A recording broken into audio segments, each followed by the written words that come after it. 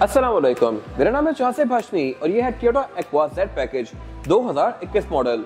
Aqua की latest ship है जो कि वर्ल्ड वाइड 2021 में लॉन्च कर दी गई थी, बट पाकिस्तान में ये गाड़ी अभी तक खास इन नहीं हुई और इसकी वजह यह है कि गाड़ी थोड़ी सी प्राइस के लिहाज से महंगी है, बट मेरे ख्याल से ये गाड़ी अपनी प्राइस को जस्टिफाई करती है। इस तरह से कि इस गाड़ी की डिमांड 72 लाख है, 72 लाख, जबकि लोग पिछली शिप की एक्वा की प्राइस भी 70 या 65 डिमांड कर रहे होते हैं। तो मेरे ख्याल से उस लिहाज से तो ये गाड़ी टोटली वर्थ इट है, क्योंकि इतनी जनरेशन नई है, टेक्नोलॉजी इंप्रूव्ड है, फीचर इसमें ज्यादा है और उसके अलावा लुक्स के लिहाज से भी ये गाड़ी बहुत ज्यादा इंप्रूव्ड है। फिलहाल अगर बात की जाए इस गाड़ी की प्राइस की, तो डिमांड जैसे कि मैंने मेंशन की, इसकी डिमांड 72 लाख है। ये साइकिल मोटरस्पोर्ट के पास अवेलेबल है और अगर आपने इसके बारे में कोई इन्फॉर्मेशन लेनी है तो आप दिए गए नंबर्स पे कॉल कर सकते हैं या फिर आप साइकिल मोटरस्पोर्ट को विजिट कर सकते हैं, जो कि रावलपिंडी में DH2 के गेट 1 के ऑपोजिट लोकेटेड है।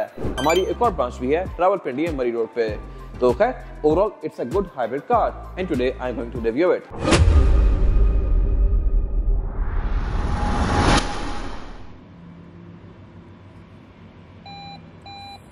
Let's have the exterior of this car.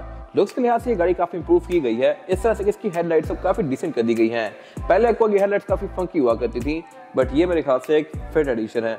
बाकी इसकी डीआरएल भी अब लुक्स के लिहाज से काफी बड़ी कर दी गई है और इसके अलावा इसमें एक ही बाइजोन प्रोजेक्शन लैंप दिया गया है जो कि लो और हाई दोनों का काम करता है। फिर अब इस गाड़ी की फॉग लैंप भी एलईडी में है और इसके अलावा इसके फ्रंट पे एक ब्लैक वाला एरिया दे दिया गया है, जैसा कि मोस्टली टोयोटा की गाड़ियों में आता है। बट यहाँ पे जो चीज एक डिस्टिंक्टिव है वो ये सिल्वर वाली फ्रिल है। ये बेसिकली है तो प्लास्टिक की, लेकिन इसमें पाउडर कोटिंग की गई है और देखने में ये लगता है कि मेटल की फ्रिल है। ओवरऑल गाड़ी के लुक्स में काफी अच्छा टच ऐड करी है और उसके अलावा बोनट जो है इसका ये काफी हद तक पहले की एक्वा जैसा ही है। बाकी अगर बात कीजिए फीचर्स की, तो इसकी हेडलाइट्स ऑटो हैं 2 दफा, एक तो ऑटोमेटिकली ऑन और ऑफ होती हैं और फिर इसमें ऑटो लेवलिंग वाला फीचर भी आता है। और अगर बात कीजिए इस गाड़ी की साइड प्रोफाइल की, तो ये भी इंप्रूव की गई है इस तरह से कि एक तो इस गाड़ी की साइड मिरर जो हैं ये बॉडी के अंदर आ रहे हैं, जैसा कि अब नई वाली यारिस, नई वाली क्रोला सब में आ रहे हैं और साइड मिरर है भी वैसा ही अगेन जैसा कि सारी नई गाड़ियों में आ रहा है। इंडिकेटर्स को भी काफी छोटा कर दिया गया है और बाकी ये साइड मिरर रिट्रैक्टेबल भी हैं, एडजस्टेबल भी हैं और इनमें ऑटो वाला फीचर भी आता है। फिर ये गाड़ी क्योंकि जेड पैकेज है तो इसमें बॉडी किट्स भी दी हुई हैं। ये साइड स्कर्ट्स हैं, बैक पे बॉडी किट्स दी हुई हैं जो कि इसके लुक को थोड़ा ज्यादा बल्कियर बना रही हैं। फिर अब रिम भी एक्वा 16 इंचेस की ऑफर करी है, जबकि पिछली शेप में ये 15 इंचेस के थे, तो ये भी एक अच्छा एडिशन है। और अगर बात कीजिए इस गाड़ी की एब्सोल्यूट साइड प्रोफाइल की, तो साइज के लिहाज से ये गाड़ी अभी भी पहले वाली एक्वा जितनी ही है। इसके रेड कॉम्पिटिशन टॉनिक बनती है, कुछ हद तक स्विफ्ट बनती है, बट ये उन सब गाड़ियों से ज्यादा वर्थ इट है क्योंकि ये गाड़ी हाइब्रिड है। एवरेज गाड़ी आपको 20-25 तक की आराम से दे सकती है, जो कि बहुत ही नेक्स्ट लेवल पे है। और इसके अलावा साइज के लिहाज से भी गाड़ी डिसेंट है। इस पे फ्रंट पे और बैक पे हर पैसेंजर के पास लेग रूम भी डिसेंट होता है और हेड रूम भी। और बाकी ग्राउंड क्लियरेंस के लिहाज से भी गाड़ी ठीक है क्योंकि अब इसमें रिम 16 इंचेस के हैं। पिछली एक्वा से इसकी ग्राउंड क्लियरेंस बेहतर है, तो ये पाकिस्तान में आपको अब तंग बिल्कुल भी नहीं करेगी। और अगर बात की जाए इस वाले एरिया की, तो यहाँ पे आगे सब कुछ काफी डिफरेंट और फंकियर सा हो जाता है। टेयर्स की काफी एल शेप में दी गई हैं, जब मैं आगे बात करूंगा अभी।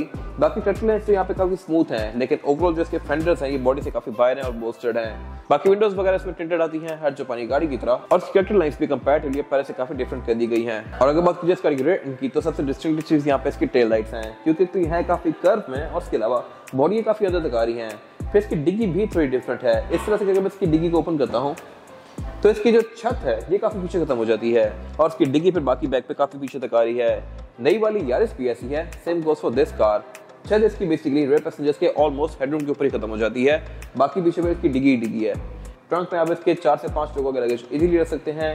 नीचे इसमें ये कंपार्टमेंट दिया गया है जहाँ पर आप सामान रख सकते हैं अपना छोटा मोटा। इसकी जो टूल किट होती है वो यहाँ पे दी गई है। स्पेयर टायर गाड़ी ऑफर नहीं कर रही। अगर बात कीजिए फीचर्स की, तो इसमें बैक पे पार्किंग सेंसर्स आते हैं, रिवर्स कैमरा इसमें कंपनी से आया हुआ है और एक क्योंकि जेड पैकेज है तो इसकी साइड्स पे बॉडी किट्स दी गई हैं जो कि इसकी लुक्स को बेहतर बना रही हैं। बाकी इसमें बैक पे वाइपर दिया गया है जैसा कि जापानी गाड़ियों में आता है, लेकिन यहाँ पे एक चीज अगेन डिस्टिंक्टिव है और वो ये है कि इसके टोयोटा के एम्बलम के अंदर ब्लू कलर की लाइनिंग दी गई है, जो कि शो करवाता है कि ये एक हाइब्रिड कार है। और अब अगर बात कीजिए इस गाड़ी के इंटीरियर की, तो ये ब्लैक और बेज की कॉम्बिनेशन के साथ है, लेकिन लुक्स के लिहाज से इसका डैशबोर्ड बहुत ज्यादा इंप्रूव कर दिया गया है। डैशबोर्ड अब इसका बहुत ज्यादा मैसिव लग रहा है और लिटरली लग नहीं रहा है कि ये किसी छोटी गाड़ी का डैशबोर्ड है, देखने में लगता है किसी प्राडो वगैरह का डैशबोर्ड है। उसकी वजह है कि यहाँ पे सब कुछ काफी बल्की और मैसिव है। अगर बात कीजिए स्टीयरिंग व्हील की, तो ये वैसे ही जैसे कि टोयोटा की नई कार्स में आ रहा है और ये है भी लेदर स्टेज्ड। ये मल्टीमीडिया वाला स्टीयरिंग है और इसके अलावा स्टीयरिंग को आप ऊपर नीचे भी कर सकते हैं और आगे पीछे भी कर सकते हैं, यानी कि ये टिल्ट एंड टेलीस्कोपिक है, जो कि यूजुअली बड़ी गाड़ियों में आते हैं। हेडलाइट के कंट्रोल इसमें ऑटोमेटिक फीचर के साथ हैं। यहाँ पे फॉग का कंट्रोल भी दिया गया है और इसके अलावा वाइपर इसमें नॉर्मल से हैं। बाकी अगर बात कीजिए मीटर की, तो ये भी ऑलमोस्ट पूरी ही स्क्रीन है। स्पीड आपको डिजिटली शो करवाती है और इसके अलावा सेंटर में इसका एक क्लस्टर दिया गया है जहाँ पे आपको ट्रेस, एवरेज किलोमीटर पर लीटर, आउटसाइड टेम्परेचर, ये सारी चीजें शो करवाएगी। अब नई जनरेशन के बारे में एक बेस्ट चीज ये है कि इसका मीटर अपनी जगह पे वापस आ गया है। पहले एक्वास के मीटर डैशबोर्ड के सेंटर में हुआ करते थे, अब ये प्रॉपर वहीं पे जहाँ पे होना चाहिए। सेम गोस फॉर प्रियस, पहले प्रियस के मीटर भी सेंटर में हुआ करते थे, अब वो भी अपनी जगह पे आ गए हैं नई वाली जनरेशन में।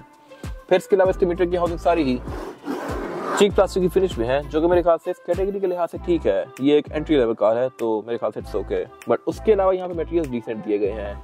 यहाँ पे एक ड्रॉर है जो कि लेदर की फिनिश में है। फिर इसका जो ये सेंटर वाला एरिया ये फ्लोटिंग शेप में है, यानी कि डैशबोर्ड से अलग से ऊपर निकला हुआ है। और उसके अलावा इसकी जो स्क्रीन है ये भी वैसी है जैसे कि टोयोटा की मोस्टली नई कार्स में आ रही है।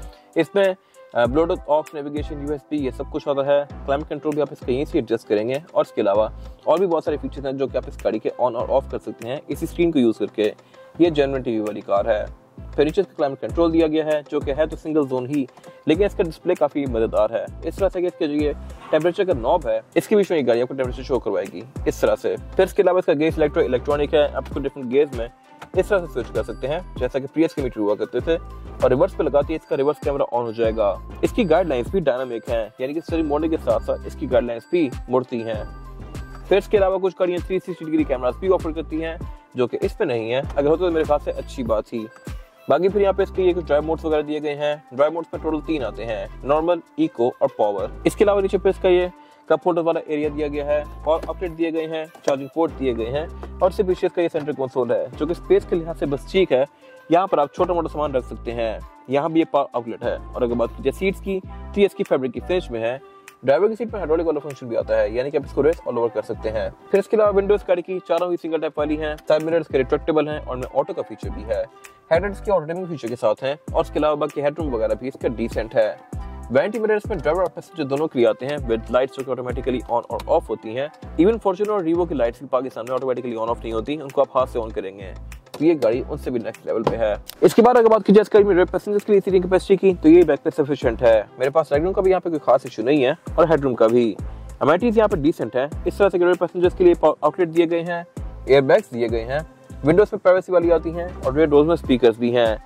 रेयर बेंचेस के 60-40 स्प्लिट के साथ हैं जिनको फोल्ड करके आप इसकी ट्रंक कैपेसिटी को और ज्यादा स्पेशियस बना सकते हैं।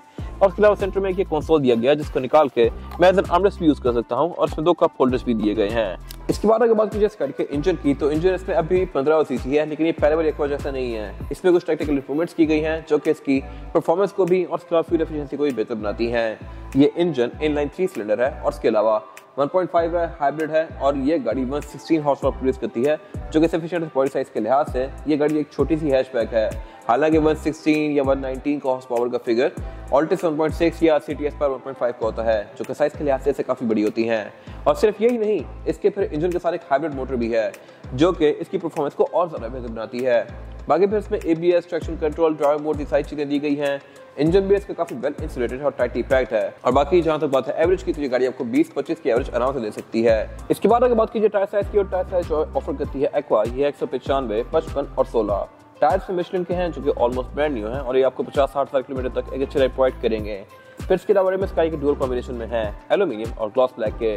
फ्रंट फेस में डिस्क ब्रेक दी गई है, बैक पे ड्रम ब्रेक्स हैं और बाकी यहाँ कुछ खास है नहीं। ये था आज का रिव्यू। अगर आपको ये रिव्यू पसंद आया है तो इस रिव्यू को लाइक कीजिए, मेरे चैनल को सब्सक्राइब कीजिए और अगर आपके पास इस कार से रिलेटेड कोई राय है तो उसको कमेंट सेक्शन में शेयर जरूर कीजिएगा ताकि वो लोग जो ये गाड़ी देने वाले हैं वो आपकी राय से फायदा उठा सकें। अपना ख्याल रखिएगा। Thank you.